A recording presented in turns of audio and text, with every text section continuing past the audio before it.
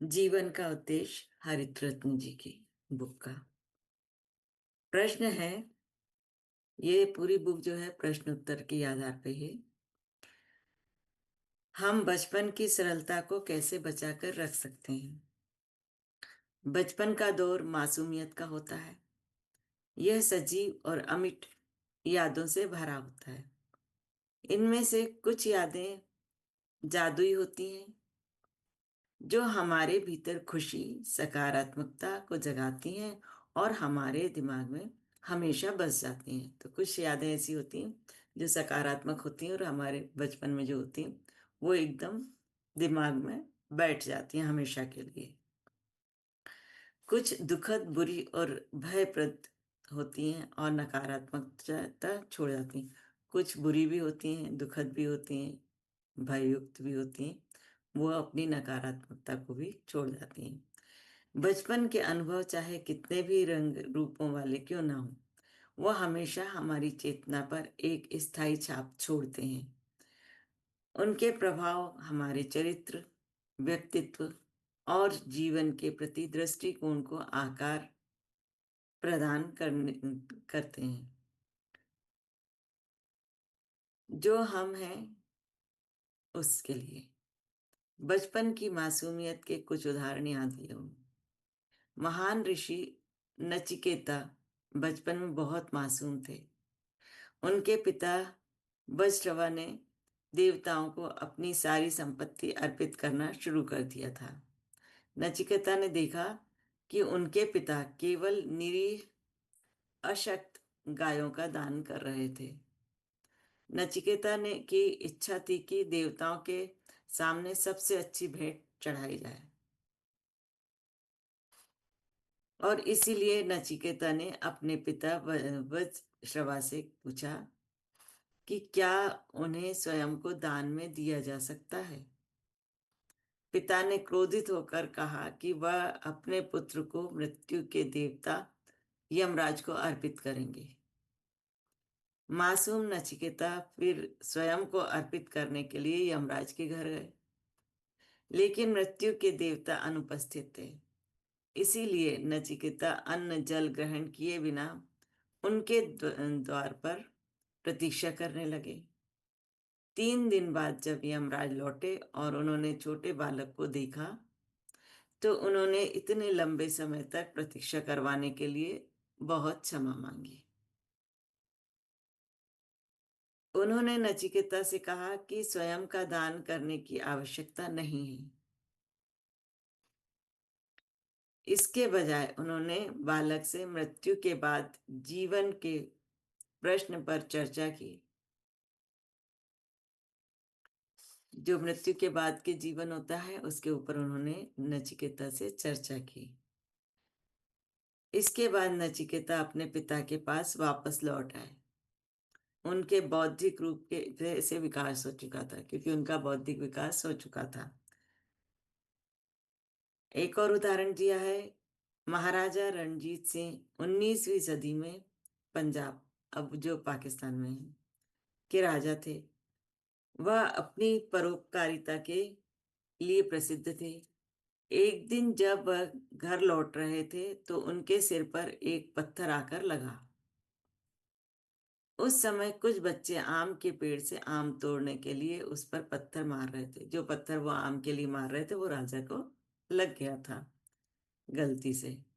महाराजा रणजीत सिंह और उनके परिचारकों को देखकर बच्चे तुरंत भाग खड़े हुए। रणजीत सिंह ने उन बच्चों को और उनके माता पिता को अदालत में हाजिर होने के लिए पास के गांव में पहरेदारों के हाथों आदेश भेजा। पहरेदारों के हाथ आदेश भेजा कि वो सब पास के गांव में इकट्ठे हों।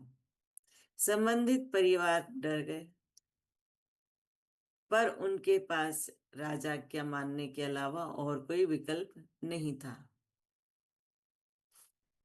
अगले दिन रणजीत सिंह ने गांव वालों से मुलाकात की।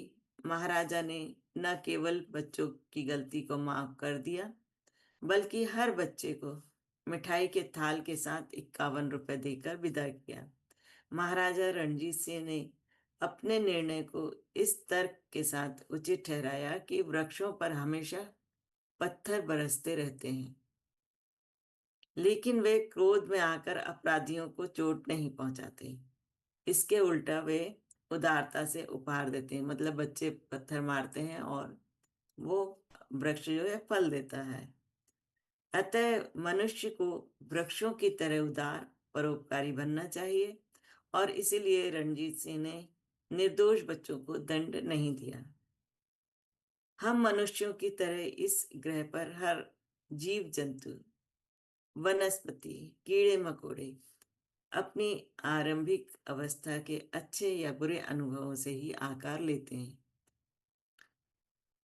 क्योंकि प्रकृति की प्रत्येक संतान के विकास में आरंभिक अनुभव सकारात्मक होना महत्वपूर्ण है, इसलिए यह विचार किया जा सकता है कि एक पोषक वातावरण को विकसित करने का पूरा ध्यान दिया जाना चाहिए। दुख की बात है कि ऐसा नहीं होता। प्रजाति चाहे जो भी हो, अधिकतर बच्चों को ऐसा माहौल दिया जाता है जो दमनकारी, शोषक और अरुचिकर होता है।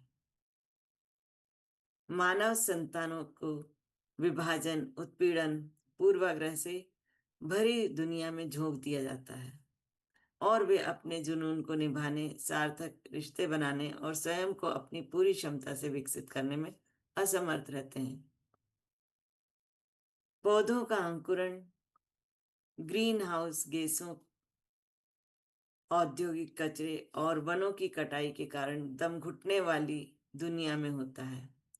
अक्सर उन्हें अपार्टमेंट ब्लॉक और कारपोरेट ऑफिस के कंक्रीट के जंगल में तैयार करने के लिए क्रूरतापूर्वक उखाड़ दिया जाता है।